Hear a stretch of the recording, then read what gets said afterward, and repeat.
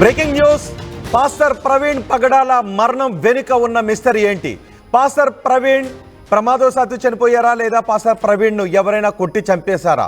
ఇప్పటికే పాస్టర్లు చెబుతూ ఉన్నారు ప్రవీణ్ని కొట్టి చంపేశారు అనటానికి అక్కడ చూస్తూ ఉంటే అవే అనుమానాలు కలుగుతున్నాయని చెప్తున్నారు. రాజమండ్రిలో ప్రవీణ్ మరణంతో టెన్షన్ వాతావరణం కనిపిస్తోంది. ప్రవీణ్ను చంపేశారు అని కుటుంబ సభ్యులు పాస్టర్లు ఆందోళన వ్యక్తం చేస్తున్నారు. ప్రవీణ్ కాల్ డేటాను పోలీసులు పరిశీలిస్తున్నారు. ప్రవీణ్కు ఎవరితోనైనా గొడవలు ఉన్నాయనే విషయంపై కూడా ఆరా తీస్తున్నారు.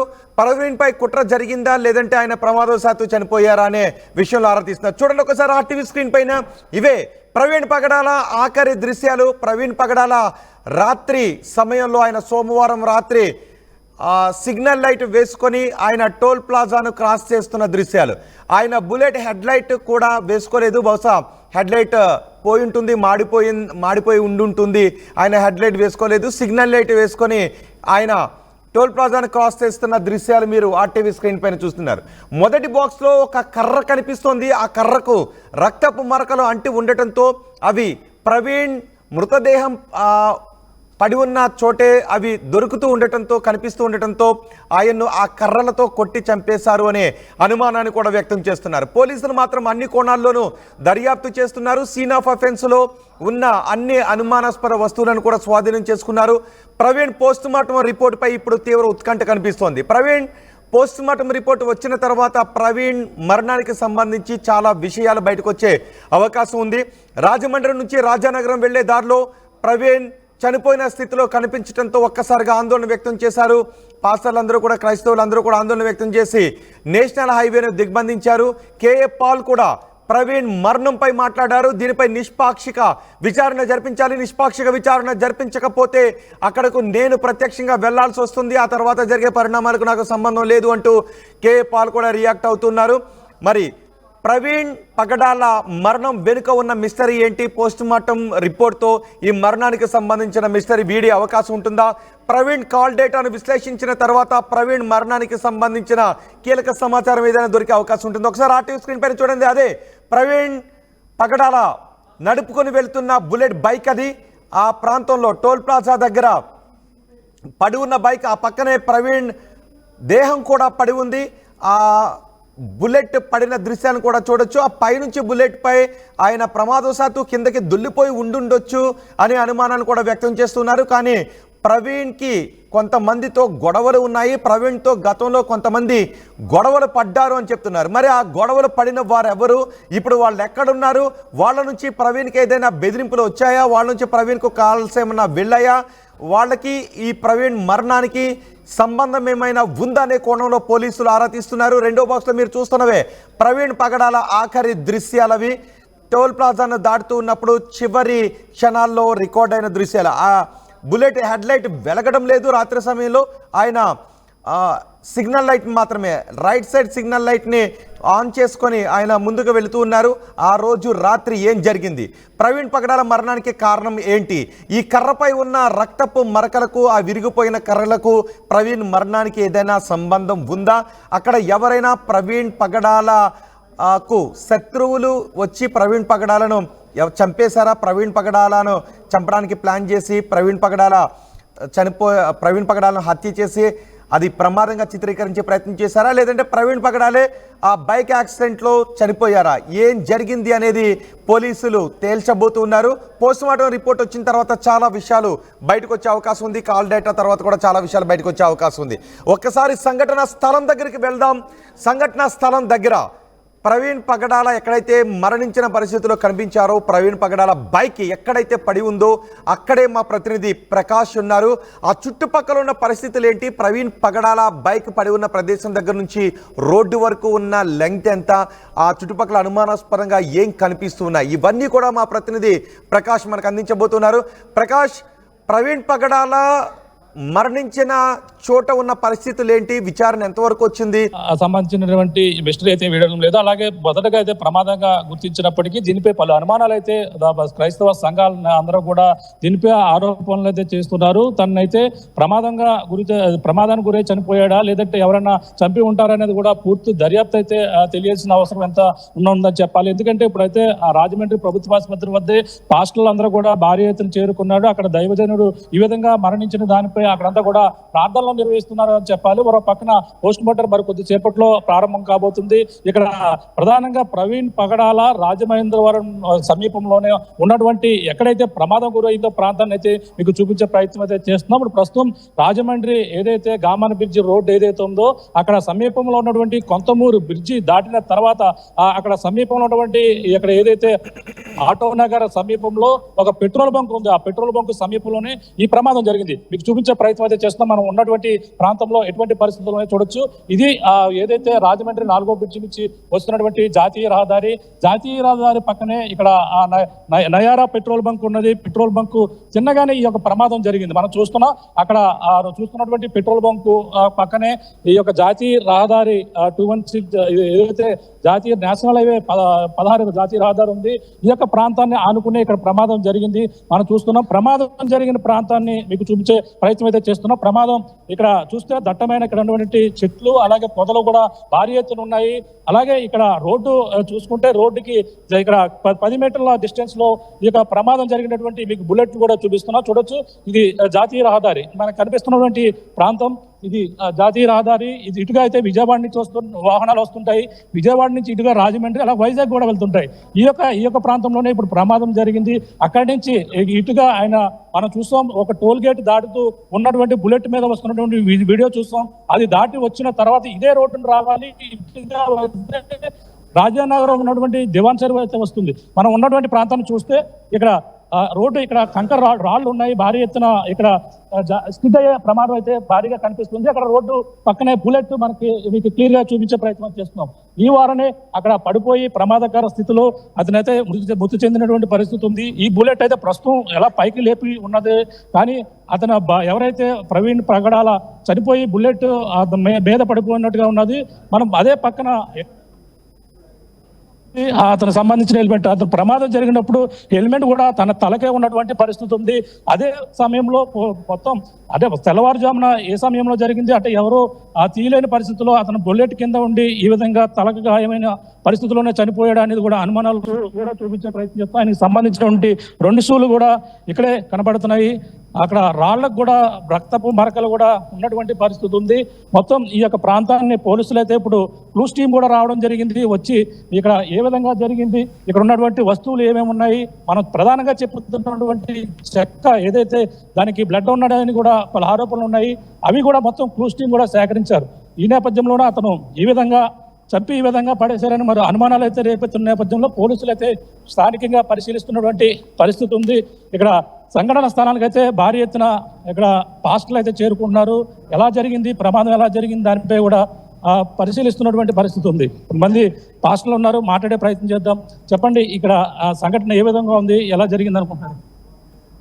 ఇది మొన్న జరిగిందండి. మొన్న రాత్రి ఏ టైంలో జరిగిందో తెలీదు.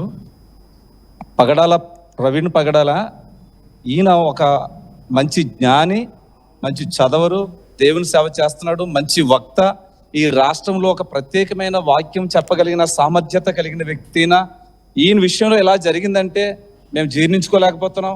క్రైస్తవ సమాజం అంతా చాలా వేదనతో బాధతో ఉంది. ఈరోజు చూస్తుంటే ఈ పరిస్థితి ఇప్పుడు చూసినా ఆయన బాడీ మీద ఉన్న గాయాలు చూసినా యాక్సిడెంట్ లాగా అయితే మాత్రం మాకు కనపడతలేదు. కానీ ఇది పక్కా ప్లాన్గా ఎవరు చేశారో ఎలా చేస్తారో తెలియదు. కానీ ఇది యాక్సిడెంట్ రూపంలో ఏమాత్రం లేదు. ఇలాంటి ఒక క్రైస్తవ నాయకుడు ఈయన అనేకమైన డిబేట్లు చేసి అనేక మందితో మాట్లాడి అనేక మందితో డిబేట్ చేసి మత వ్యక్తులతోనూ మతం కాని వారితోనూ క్రైస్తవులతోనూ క్రైస్తవేతరులతోనూ సత్యాన్ని నిరూపించడానికి నిలబడే ఒక బలమైన స్తంభంగా నిలబడిన ఈ ప్రవీణ్ పగడాల గారు చాలా గౌరవనీయులు. ఆయన ఇలాగా మృతి చెందడం అనేది మేము జీర్ణించుకోలేని విషయం. ఈ మృతి పట్ల ఈ యాక్సిడెంట్ అనే ఈ ముద్రేస్తున్న దీని పట్ల చాలా అనుమానం ఉంది. మొన్నే మనోహర్ రాధాకృష్ణ వచ్చాడు. ఆయన వచ్చిన తర్వాత మా రాజమండ్రి పట్టణం ఎంతో ప్రశాంతంగా ఉండేది, అల్లకొల్లాలం జరిగింది. అతను వచ్చి వెళ్ళిన తర్వాత ఇలాంటి ఇన్సిడెంట్ జరిగింది. మొన్న అక్కడ ధవళేశ్వరంలో కూడా సేమ్ సిచ్యువేషన్ జరిగింది. దీని వెనకాల రాధా మనోహర్ దాస్ ఏంటి, తన వెనకాల ఎవరు పనిచేస్తున్నారో, ఈ పగడాల ప్రవీణ్ గారు కూడా సౌమ్యుడు, ఎవరితో గొడవ పెట్టుకునే కాదు, చక్కటి సౌమ్యంగా మాట్లాడే చక్కటి వ్యక్తి, సాత్వికమైన వ్యక్తికి ఇలా జరగటం అనేది మేము జీర్ణించుకోలేకపోతున్నాం. దీని వెనకాల ప్రభుత్వం కూడా ఖచ్చితమైన చర్యలు తీసుకుని ఖచ్చితంగా చర్యలు చేపట్టాలని మేము మనవి చేస్తూ ఉన్నాం. ఇదైతే మాకు మాత్రం యాక్సిడెంట్ లాగా కనిపించట్లేదు. ఇక్కడ పరిస్థితి చూసినా, ఆయన దేహం మీద, బాడీ మీద ఉన్న గాయాలు చూసినా ఆయన యాక్సిడెంట్ లాగా అయితే కనబడతలేదు. దయచేసి మేము ఆంధ్రప్రదేశ్ గవర్నమెంట్ని కూడా కోరుకుంటున్నాం, దయచేసి తగిన చర్యలు తీసుకోవాలి. ఆ కుటుంబానికి, క్రైస్తవ సమాజానికి న్యాయం చేకూర్చాలని మేము ఖచ్చితంగా మనవి చేసుకుంటున్నాం. అంటే ఇక్కడ జరిగిన ప్రమాదం జరిగిన తీరు చూస్తే ఆయన స్కిడ్ అయి పడిపోయినట్టుగా ఇక్కడ రాళ్లు కూడా ఉన్నాయి. ఈ యొక్క ప్రమాదం అయితే అతను బైక్ పడిపోయి తన మీద ఉన్నటువంటి పరిస్థితి ఉంది అంటున్నారు. అంటే ఏ సమయంలో జరిగిందని భావిస్తామని జరుగుతుంది సార్? మేము కొవ్వూరు దగ్గర టోల్ గేట్ దగ్గర ఉన్న సీసీ ఫుటేజ్ ప్రకారం చూస్తే 11:30కి ఆయన దాటి వచ్చాడు. అక్కడ దాటి వచ్చిన తర్వాత ఇంచుమించు ఇక్కడ 11:30-12 గంటల మధ్యలో జరిగి ఉంటుందండి ఇది. ఒకవేళ ఆయన ఇక్కడ పడిపోయినట్లుగా ఉంటే హెల్మెట్ ఊడి పడిపోవాలి, కాలుకి ఇంజూరీ అవ్వాలి, చేతికి ఇంజూరీ అవ్వాలి, బండి కూడా చాలా వరకు పాడైపోవాలి. కానీ ఆయన పడిపోయినట్లుగా మాకు ఏమి సిచ్యువేషన్ కనబడతలేదు. ఎందుకంటే ఇదేదో ఖచ్చితంగా ప్రీప్లాన్డ్గా చేసిన పని కాక మాకు కనబడుతుంది. దీని విషయంలో మాకు చాలా వేదన పూరితమైన పరిస్థితులు మాకు కనబడుతున్నాయి. కాబట్టి దీని గురించి ప్రత్యేకంగా ఏపీ గవర్నమెంట్ ఖచ్చితంగా చర్యలు తీసుకోవాలని మా మనవి తెలియజేస్తున్నాం సార్. చూడొచ్చు, వీళ్ళైతే పలు అనుమానాలు అయితే రేకేస్తున్న పరిస్థితి ఉంది. సార్ చెప్పండి జర్నలిస్ట్ గారు, ఇది ఏం జరిగింది అనుకుంటున్నారు? ఇక్కడ పరిస్థితి చూస్తే సంఘటన స్థలంలో అతని బైక్ తన మీద పడిపోయినట్టుగా కూడా ఉన్నట్టుగా అన్ని ఉన్నాయి. కానీ ఇప్పుడు ఆ హెల్మెట్ కూడా తనకు కూడా ధరించి ఉంది. కానీ ఏం జరిగి ఉంటే అనుకుంటున్నారు? నేను నిన్నే మీ లైవ్ లో కూడా నేను మాట్లాడడం జరిగింది. నేను చెప్పాను, నేను ఇది ముమ్మాటికి హత్య అని. ఈరోజు ఇన్సిడెంట్ స్పాట్కి వస్తే మీరు చూడండి, ఈ ఒక అతను మాట్లాడుతుంది ఒక 10 అడుగులు లోయలో బండి అడిపోయింది అని చెప్పాడు ఒక అతను. ఇది 10 అడుగులు లోయ ఉంటుందా? కనీసం 5 అడుగులు కూడా లేదు ఇది. పోనీ ఇక్కడ ఏమన్నా పెద్ద పెద్ద రాళ్ళు ఉండి ఏమన్నా తగిలేసినాయి అంటే దానికి ఆస్కారం కూడా లేదు. హెల్మెట్ తలకే ఉంది. హెల్మెట్ కంపెనీ చూడండి, జావా కంపెనీ, అది ఫారెన్ హెల్మెట్. ఆ హెల్మెట్ ఉంటే చాలా సేఫ్టీకి చాలా పేరుగాంచిన హెల్మెట్. ఇదంతా చూస్తుంటే వెనకాల నుంచి ఏదో గుద్దినట్టు ఇది ఎక్కడో జరిగింది. కానీ ఇదంతా చిత్రీకరించినట్టు ఇక్కడ ఒక యాక్సిడెంట్ జరిగినట్లుగా దీన్ని ఇలా చిత్రీకరించడం చూస్తున్నాం. కాబట్టి ఈ హత్యకు లేదంటే ఈ యొక్క ఇన్సిడెంట్కి మరి ప్రభుత్వం ఖచ్చితంగా బాధ్యత వహించాలి. ఈరోజు హాస్పిటల్లో వేల మంది క్రైస్తవ మైనారిటీలు అక్కడ వచ్చారు. ఇది ఒక హత్య ఒక వ్యక్తి మీద జరిగిన హత్య కాదు, ఒక సమాజం మీద జరిగిన హత్యగా నేను అభివర్ణిస్తూ ఉన్నాను. ఖచ్చితంగా కూటమి ప్రభుత్వం ఈ హత్య పట్ల బాధ్యత వహించి తగు న్యాయం జరిగించాలని మేము క్రైస్తవ సమాజంగా మేము పోరాడుతూ ఉన్నాం. నేను కూడా గతంలో మరి క్రిస్టియన్ మైనారిటీ కార్పొరేషన్కి డైరెక్టర్గా పనిచేశాను. ఒక క్రైస్తవ నాయకుడిగా రాష్ట్ర వైస్ ప్రెసిడెంట్గా నేను ఉంటూ ఉన్నాను. కాబట్టి ఇది ఒక హత్య వ్యక్తి మీద, ఈరోజు ప్రవీణ్ పగడాల అనేటువంటి ఒక వ్యక్తి మీద కాదు, ఎంటైర్ క్రైస్తవ సమాజం మీద జరిగిన హత్యగా నేను దీన్ని అభివర్ణిస్తూ ఉన్నాం. ఖచ్చితంగా ఈరోజు పోస్ట్ మార్టం జరుగుతుంది, నిష్పక్షపాతంగా జరిగి మరి ఆ రిపోర్ట్ రావాలని మేము కోరుకుంటూ ఉన్నాం. మరి వీరి కుటుంబానికి ప్రగాఢ సానుభూతి తెలియపరుస్తూ ఉన్నాం. మరి క్రైస్తవుల మీద జరుగుతున్నటువంటి దాడుల పట్ల ప్రభుత్వం తగు బాధ్యత తీసుకుని, ఇందాక సహోదరులు చెప్పినట్లుగా ఈ రాధా మనోహర్ దాసు ఇలాంటి వ్యక్తులు ఎవరైతే క్రైస్తవుల మీద పని కట్టుకుని కక్ష కట్టుకుని మత విద్వేషాలు రెచ్చగొట్టేటట్టు మాట్లాడుతున్నారో వాళ్ళ మీద యాక్షన్ తీసుకోవాలి. ఎన్ని కంప్లైంట్లు ఇచ్చినా నిజానికి మేము ఎంతో మంది ఈరోజు హాస్పిటల్లో వేల మంది వచ్చారు. ఏ ప్రముఖ ఛానల్లో కూడా చూపించట్లేదు. ఈరోజు మేము చాలా సంతోషిస్తున్నాం. ఆర్టీవీ వారు చాలా మరి సమాజం మీద ఉన్నటువంటి ఒక మంచి బాధ్యతతో మీరు టైం తీసుకుని క్రైస్తవుల యొక్క వార్తను మీరు మీ టీవీలో ఇస్తున్నందుకు మేము చాలా సంతోషిస్తున్నాం. మరి ప్రెస్ కూడా ప్రముఖ పాత్ర పోషించాలి. ఈ హత్యను మరి క్రైస్తవ సమాజం మీద జరిగిన దాడిగా మేము అభివర్ణిస్తూ ఉన్నాం. అక్కడ సీసీ ఫుటేజ్ లో చూస్తే అతను బండి మీద ఇదే బైక్ మీద ఎక్కడ ఈ గంట రావడం జరిగింది. అది ఎక్కడ సీసీ ఫుటేజ్ అని ప్రస్తుతం పోలీసులు భావిస్తున్నారు. ఎంత ఏ సమయంలో ఎక్కడి నుంచి ఏ టోల్ గేట్ దాటారు? మనం చూస్తూ ఉంటే సీసీ ఫుటేజ్ 11:30కి నాకు ఒక అనుమానం ఉంది, ఆ బండి మీద ఉన్నది పగడాలేనా, లేదంటే ఆయన డ్రెస్లో వేసుకున్న వాళ్ళు ఎవరైనా ఆల్రెడీ ఎక్కడో దాడి చేసి అప్పటికే బండి హెడ్ లైట్లు వేస్తారు. మీరు సీసీ ఫుటేజ్ వెళ్తే సిగ్నల్ లైట్ వెలుగుతుంది. ఆయన చిన్న వ్యక్తి కాదు, ఒక రాష్ట్రంలో పేరుగాంచిన వ్యక్తి. ఈరోజు ఆయన సొంత బంధువులు కాకపోయినా, రక్త సంబంధికులు కాకపోయినా, ఆయనతో ఎటువంటి సంబంధం లేని వేలాది మంది వచ్చారు. అంటే ఎంతమంది అభిమానులు ఉన్నారో ఒకసారి మీరు జ్ఞాపకం చేసుకోవాలి. అటువంటి వ్యక్తి హెడ్ లైట్ లేకుండా వస్తాడండి. అక్కడ సిగ్నల్ బ్లింక్మెంట్ సిగ్నల్తో వచ్చినట్టు సీసీ ఫుటేజ్లో ఉంది. కాబట్టి అటువంటి వస్త్రాలు వేసుకున్నటువంటి వ్యక్తి ఆల్రెడీ ఎక్కడో మర్డర్ చేసి ఇది యాక్సిడెంట్గా చిత్రీకరించడానికి ఆ 11:30కి దాటితే ఏమంటే పొద్దున్న 7:30 వరకు ఎవరికి 9కి తెలియలేదు. ఎక్కడే బంకు ఉంది, బంకులో నిత్యం స్టాఫ్ ఉంటారు, సీసీ కెమెరా కూడా ఉంది. ఈ ఫుటేజ్లు అన్ని మరి పోలీసులు ఎందుకు ఇంకా జాప్యం చేస్తున్నారో తెలియట్లేదు. మరి క్లూస్ టీమ్ ఇప్పుడు వచ్చి కట్టారు, పొద్దున్న నిన్న మధ్యాహ్నం వరకు కూడా ఇక్కడ సరైన రెస్క్యూ ఆపరేషన్స్ కూడా ఎవరో చేయలేదు. కాబట్టి పోలీసులు కూడా చాలా నిష్పక్షపాతంగా బాధ్యతాయుక్తంగా వ్యవహరించి మరి మా యొక్క మనోభావాలు కాపాడి మా సోదరుడు ఈ హత్య ఎందుకు గావించబడిందో మంచి రిపోర్ట్ తెచ్చి మాకు న్యాయం జరిగించాలని మేము కూటమి ప్రభుత్వాన్ని కోరుకుంటున్నాం. చెక్క ఇక్కడ సంఘటన స్థలంలో ఒక చెక్క కూడా దొరికింది అంటున్నారు. చెక్కపై ఎటువంటి అనుమానాలు ఉన్నాయండి? మరి అది ఆల్రెడీ పోలీసులు కూడా తీసుకున్నారు, మనం ఇంత ముందు కూడా చూసాం. ఆ చెక్క మీద కూడా రక్తపు మరకలు ఉన్నాయి. మీరు క్లియర్ గా చూడండి. బండి యాక్సిడెంట్ అయితే బండి మీద పడిపోయినట్టు ఉంది. ఫస్ట్ ఫోటో రక్తం చిమ్మినట్టు అక్కడ ఉంది బండికి. ఆ ట్యాంక్ మీద కానీ ఆ గాడ్ ఏమంటే మంచి యాక్సిడెంట్ చేస్తే గాడ్ వంగిపోతుంది. ఆ గాడ్ ఎక్కడ వంగినట్టు ఉందా? ఎక్కడ కూడా లేదు. వెనకాల మాత్రం ఇదేదో గుద్దినట్టు ఉంది. మనకి బండి మీద రక్తం ఇలా జరదండి, రక్తం ఇలా అంటుకుంటుంది. కానీ ట్యాంక్కి గాడ్కి రక్తం చిమ్మినట్టు ఉంది అక్కడ. ఖచ్చితంగా ఇది మమ్మాటికి హత్య. ఆ చెక్కతో కొట్టి చంపేశారు ఆయన. హెల్మెట్ పక్కన కూడా పడి ఉందా? ప్రమాదం జరిగినప్పుడు అతను తలకు హెల్మెట్ ఉందా? మరి నిజంగా అది కూడా విచిత్రమే.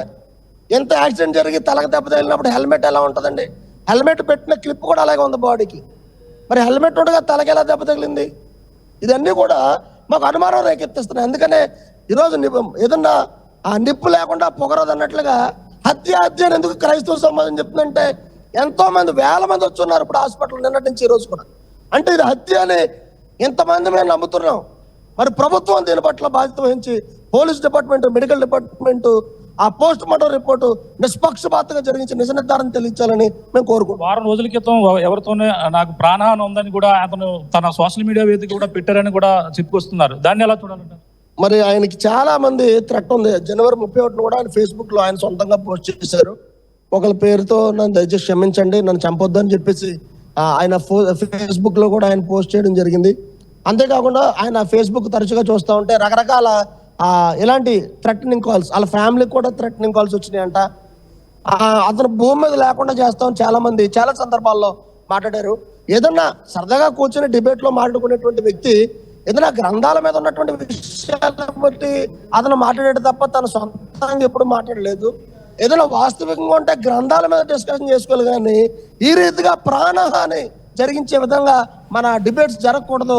అది సమాజానికి మంచిది కాదు.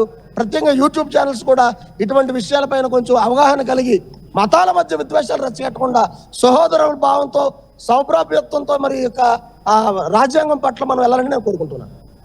పలు విధాలుగా అయితే అనుమానాలు అయితే రేకెత్తుతున్నది. అలాగే సంఘటనా స్థలంలో ఉన్నటువంటి పరిస్థితులు చూస్తే పలు రకాల అనుమానాలు ఉన్నాయి. మనం చూస్తున్నాం బైక్ ఏదైతే ఉందో బండి TS08 FT 0739 అలా బైక్ వెనకాల కుంచుగా అక్కడ డ్యామేజ్ అయినట్టుగా వెనక భాగాన్ని అయితే కనిపిస్తుంది. అతను ఆ సమయంలోనే అక్కడ పడిపోయి కాలువ ఒడ్డున పడిపోయినట్టుగా దానికి బైక్ ఏదైతే బుల్లెట్ తనమే పడిపోయి అతను పడి ఉన్నారు. రాత్రి తెల్లవారుజాము సమయంలో జరిగినటువంటి ప్రమాదం ఉదయం 11 ప్రాంతం అయిన వరకు కూడా ఎవరికి కూడా తెలియని పరిస్థితి అయితే కనపడుతుంటేనే దీనిపైన పలు అనుమానాలు అయితే రేకెత్తుతున్నాయి. స్థానికంగా ఇక్కడ ఉన్నటువంటి అందరూ కూడా వచ్చి ఈ యొక్క సంఘటన స్థలాన్ని అయితే పరిశీలిస్తున్నారు. ప్రతి ఒక్కరు కూడా దీనిపై ఏం జరిగిందనేది కూడా వాళ్ళందరూ కూడా ఆవేదన వ్యక్తం చేస్తున్న పరిస్థితి. చెప్పండి, ఇక్కడ ఏం జరిగిందన్నారు? నిన్న ఈ సంఘటన స్థలాన్ని చూసారా? అసలు ఇక్కడ పరిస్థితులు ఎలా ఉన్నాయి? సార్, నా పేరు ఆనంద్ కిషోర్ అండి, మాది జగ్గంపేట. మరి ముఖ్యంగా RTV వారికి నా హృదయపూర్వకమైన ధన్యవాదాలు తెలియజేస్తున్నాను. యావత్ తెలుగు రాష్ట్రాల్లో ప్రవీణ్ పగడాల గారు అంటే తెలియని వాళ్ళు ఎవరు లేరు. ఆయన ఎవరితో గొడవ పడే వ్యక్తి కాదు. ఆయన అన్ని గ్రంథాలని పరిశీలించి కూలంకుషంగా మాట్లాడటమే అందరూ చూస్తాం. అందరూ కూడా ఆయన మాట్లాడేప్పుడు ఆయన మాటలు ఇంకా వినాలనిపించే రీతిగా ఉండేవి. మరి అలాంటి వ్యక్తి ఈ రోజున మరి ఈ రీతిగా ఆయన మరణించడం అనేది ప్రతి ఒక్కరికి చాలా బాధాకరంగా అనిపిస్తుంది. మరి అక్కడ 11:30 ఆ సమయంలో కొవ్వూరు టోల్ గేటు ఆయన రీచ్ అయినట్లుగా, అది బండి కూడా బాగా స్లోగా వస్తున్నట్లుగా ఆ సీసీ ఫుటేజ్లో అది కనబడుతూ వచ్చింది. అయితే ఆ సమయంలోనే ఇండికేటర్ ఒక్కటే బ్లింక్ అవుతూ వచ్చింది, అంతేగాని హెడ్ లైట్ ఎలిగి మాత్రం ఆ సీసీ ఫుటేజ్లో లేదు. అదే రీతిగా మరి ఇక్కడికి వచ్చిన తర్వాత ఈ పెట్రోల్ బంక్ దగ్గర కూడా సీసీ ఫుటేజ్లు ఉన్నాయి. మరి ఈ సీసీ ఫుటేజ్లు బయటికి రాలేదు. మరి ఎందుకు రాలేదో మరి మేము మిమ్మల్ని అడుగుతూ ఉన్నాం. మరి ఇంకొకటి చూస్తే ఇక్కడ బండి దేకినట్టుగా కానీ డొల్లుకొంట వచ్చినట్టు కానీ ఏ ఆనవాళ్ళు కూడా అక్కడ కనబడలేదు. ఇంకా పైగా చూస్తే అక్కడెక్కడో ఒక చెక్క మీద రక్తపు మరకలు ఉన్నట్లుగా కనబడుతూ వచ్చింది. ఇంకొకటి కరెక్ట్గా బండి పర్సన్ మీద ఎవరో పెట్టినట్టుగా ఉంది. ఆ సమయానికి హెల్మెట్ కూడా తలకే ఉంది, కళ్ళజోడు పక్కన ఉంది. ఎవరో పెట్టినట్టుగా ఆ బండిని బలవంతంగా ఆయన మీద కొట్టి చంపేసి పెట్టినట్టుగా ఉంది. మాకైతే మరి అనుమానంగా ఉంది. ఇది ముమ్మాటికి హత్యే అన్నట్టుగా మేము క్రైస్తవులమైతే, మేము సేవకులమైతే మేము భావిస్తున్నాం. ఎందుకంటే చాలా బెదిరింపు కాల్స్ ఆయనకి చాలాసార్లు వస్తూ ఉన్నాయి. అదే రీతిగా రీసెంట్గా కూడా ఆయన మాట్లాడటం అనేది జరిగింది. మరి ముఖ్యంగా ముస్లిమ్స్ పట్ల ఏదో ఆయన మాట్లాడిన దానికి తిరిగి క్షమాపణ కూడా ఆయన తెలియపరచడం. గ్రంథాల్లో ఉన్న వాటినే నేను వివరించాను, కానీ మిమ్మల్ని మీ మనోభావాలు దెబ్బతీయాలని నేను మాట్లాడలేదని చెప్పేసి ఆయన, ఒకవేళ మీ మనోభావాలు నేను దెబ్బతీసినట్లయితే దయచేసి నన్ను ముస్లిమ్స్ అందరూ కూడా నన్ను క్షమించండి అని చెప్పేసి ఆయన పబ్లిక్గా ఒక మీటింగ్లో ఆయన తెలియపరచడం అనేది కూడా జరిగింది. ఇది మా ఉద్దేశం ప్రకారంగా ముమ్మాటికి హత్యే అని మేము నమ్ముతున్నాం. దీని విషయంలో ఇది పరిస్థితి అయితే ప్రస్తుతం అయితే మొత్తం దీనిపై అయితే పలు అనుమానాలు అయితే రేకెత్తుందని ప్రతి ఒక్కరు కూడా చెప్పుకొస్తున్నారు. జాతీయ రహదారిపై నిత్యం ఏదైతే ఇటుగా విజయవాడ, విశాఖపట్నం వాహనాలు రద్దీగా ఇప్పుడు కూడా వెళ్తుంటది. కానీ ఉదయం సమయంలో ఎవరో కూడా గమనించారు, అంటే తెల్లవారుజాము సమయంలో జరిగినటువంటి ప్రమాదం ఉదయం 11 గంటల ఆ సమయం అయినా సరే ఎవరు గ్రహించిన పరిస్థితి ఉంది. ఈ నేపథ్యంలోనే ఇలాగైతే పలు అనుమానాలు అయితే రేకెత్తుతున్నారు. అలాగే ఇది ముమ్మాటికి అచ్చిగానే చెప్పుకొస్తున్న పరిస్థితి. దీని అయితే అనుమానం పోస్ట్ మార్టం రిపోర్ట్ అయితే రాజమండ్రిలో మొదలైనటువంటి పరిస్థితి ఉంది. వాళ్ళ కుటుంబ సభ్యులందరూ కూడా అక్కడ చేరుకున్నారు. తూర్పుగోదావరి జిల్లా ఉన్నటువంటి క్రైస్తవ సంఘాలన్నీ కూడా అక్కడ చేరుకుని ఇప్పుడే మొత్తం అక్కడ ప్రార్థనలు కూడా నిర్వహిస్తున్నటువంటి పరిస్థితి ఉంది. ఏదేమైనా ఇక్కడ జరిగినటువంటి ఘటనపై పూర్తిగా లోతైన దర్యాప్తు అవసరమని చెప్పేసి ఇక్కడ ఉన్నటువంటి క్రైస్తవ సంఘాలందరూ కూడా కోరుతున్నటువంటి పరిస్థితి కనపడుతుంది. రోహిత్, రాడి ప్రకాష్, పాస్టర్ ప్రవీణ్ పగడాల మరణానికి కారణం ఏంటి? పాస్టర్ ప్రవీణ్ పగడాల మరణానికి కారణం ఇది హత్య అని పాస్టర్లు ఆరోపిస్తూ ఉన్నారు. ఆయన బైక్ కింద పడి ఉన్నారు, ఆయన్ను చంపి ఆ తర్వాత బైక్ ఆయన పైన పెట్టి ఉంటారు అనే అనుమానాలు వ్యక్తం చేస్తున్నారు. ఆయన హెల్మెట్తోనే ఉన్నారు అని కూడా చెప్తున్నారు. హెల్మెట్ ఉండగా ఆయన తలకు గాయం కావడానికి అవకాశం లేదు అని చెప్తున్నారు. అలాగే అక్కడ ఉన్న కొన్ని కర్రలను కూడా చూపిస్తున్నారు. ఆ కర్రలపై రక్తపు మరకలు ఉండటాన్ని కూడా ఇది హత్య అనటానికి అనుమానాలు ఉన్నాయని చెప్తున్నారు. అలాగే ఆయన దేహంపై గాయాలున్నాయి, అవి కేవలం ఏదో ప్రమాదవశాత్తు జరిగిన గాయాల్లాగా లేవు, కొట్టినట్టుగానే గాయాలు ఉన్నాయని చెప్తున్నారు. బైక్ ప్రమాదానికి గురైన తీరు కానీ, ప్రమాదం జరిగిన ప్రదేశంలో ఉన్న దృశ్యాలు కానీ అది ప్రమాదం అనటానికి అవకాశం లేదు, ప్రమాదం అని భావించడానికి అవకాశం లేదు. ఇది హత్య అని నమ్మటానికి అవకాశంగా ఉన్న దృశ్యాలే, పరిస్థితులు అక్కడ కనిపిస్తున్నాయని క్రైస్తవులు చెప్తున్నారు. గతంలో కొంతమంది ప్రవీణ్ పగడాలను బెదిరించారని కూడా చెప్తున్నారు. సో ప్రవీణ్ పగడాలకు శత్రువులు ఎవరున్నారు, ప్రవీణ్ పగడాలను హత్య చేయడానికి అవకాశం ఎవరికి ఉందో ఆ విషయాలు కళ్ళ ముందు స్పష్టంగా కనబడుతున్నాయి. కాబట్టి ఈ కేసులో అందరినీ కూడా విచారించాలి అని చెబుతున్నారు. మొదటి ప్రవీణ్ పగడాల మరణం ఇప్పుడు మిస్టరీగా మారింది. ఆయన అనుమానాస్పద స్థితిలో చనిపోయారు. ఇది ప్రమాదవశాత్తు చనిపోయారు అని అంటున్నప్పటికీ ప్రమాదం కాదు, ఇది ఖచ్చితంగా హత్య అని క్రైస్తవులు చెప్తూ ఉన్నారు. పోలీసులు నిష్పక్షంగా విచారణ జరపకపోతే ఆందోళన వ్యక్తం చేస్తాము, ఆందోళన మరింత ఉధృతం చేస్తాము అని చెప్తున్నారు. ఒకసారి ఆర్టీవీ స్క్రీన్ పైన చూడండి, ఒక కర్ర కనిపిస్తోంది, ఆ కర్రపై రక్తపు మరకలు ఉన్నాయి. రెండో బాక్స్లో ప్రవీణ్ పగడాల నడుపుకుని వెళ్తున్న బైక్, ఆ బైక్ హెడ్ లైట్ మాత్రం వెలగడం లేదు, రైట్ సైడ్ ఉన్న సిగ్నల్ లైట్ మాత్రం వేసుకొని వెళ్తున్నారు. బహుశా హెడ్ లైట్ మాడిపోయి ఉండొచ్చు. ఆ చీకట్లో ఆయన కేవలం సిగ్నల్ లైట్ మాత్రం, రైట్ సైడ్ సిగ్నల్ లైట్ మాత్రం వేసుకొని వెళుతూ ఉన్నారు. మరి ఇప్పుడు పోస్ట్ మార్టం రిపోర్ట్ చాలా కీలకంగా మూడో బాక్స్లో మనకు కనిపిస్తున్నదే ప్రవీణ్ పగడాల బుల్లెట్ బైక్, అది రోడ్డు పక్కన పడి ఉన్న బైక్. ఆ బైక్ కిందే ప్రవీణ్ పగడాల చనిపోయిన స్థితిలో కనిపించారు. ఇప్పుడు ప్రవీణ్ పగడాల పోస్ట్ మార్టం కీలకం కాబోతోంది. ప్రవీణ్ పగడాల మరణానికి పోస్ట్ మార్టం రిపోర్ట్లో కారణాలు ఏ విధంగా తెలిసే అవకాశం ఉంటుందనే ఉత్కంఠ కనిపిస్తూ ఉంది. సో ప్రవీణ్ పగడాలది హత్య, లేదంటే ప్రవీణ్ పగడాల ప్రమాదవశాత్తు అక్కడ బైక్ అదుపు తప్పి పడి ఆయన చనిపోయారా? పోలీసుల విచారణలో ఏం తేలుతుంది, పోస్ట్ మార్టం రిపోర్ట్లో ఏం తెలుస్తుందనే విషయాలపైన ఇప్పుడు ఉత్కంఠ కనిపిస్తోంది. మీ సివిల్ సర్వీసెస్ కలను సాకారం చేసుకోవడానికి Vishnu IAS academy general studies prelims cum mains batch, anthropology, sociology, PSIR optionals April 21న ప్రారంభం. Join Vishnu IAS academy, fulfil your dreams of serving nation.